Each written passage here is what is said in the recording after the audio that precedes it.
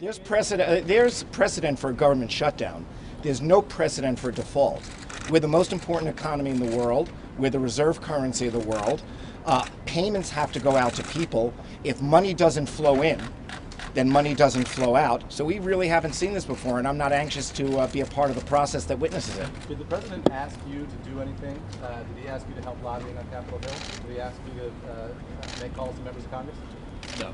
The point is just to make it clear, we represent 1 2 American households in our company. Lloyd represents lots of companies. It's just making clear that people understand the seriousness of the situation. What we need to do to get through it is just to let the political process work, but we got to make sure people understand the seriousness if it doesn't work. And again, I want to make clear, this wasn't a conversation about the issues that are underlying the political debate. This was an issue on process and the democratic process in a way, and whether or not this particular resort was an appropriate resort. In other words, this particular threat. And again, we're here as representatives of the financial system, and so we are in a position to really know early what the consequences are. None of us can be sure of it because, again, it's unprecedented.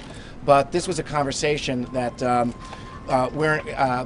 that we listened, but we also contributed to exactly how bad it would be.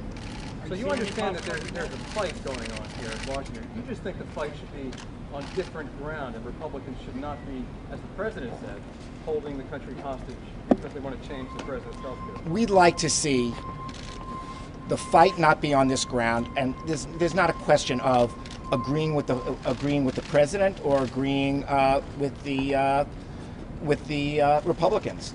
And again, you can look at the membership of our group and you'll find people on all points of the political spectrum. It's just making sure that we understand the consequences, the long-term consequences of a shutdown. We're already in the short-term consequences of a shutdown, but certainly the consequences of a debt ceiling. And we all agree that those are extremely adverse, although we haven't witnessed the extent of it yet. And we wanted to, people wanted to tell us about it. And by the way, in our meetings, we're also meeting with with leaders of the Republican Party, not just with leaders of the Democratic Party. And what do you tell them?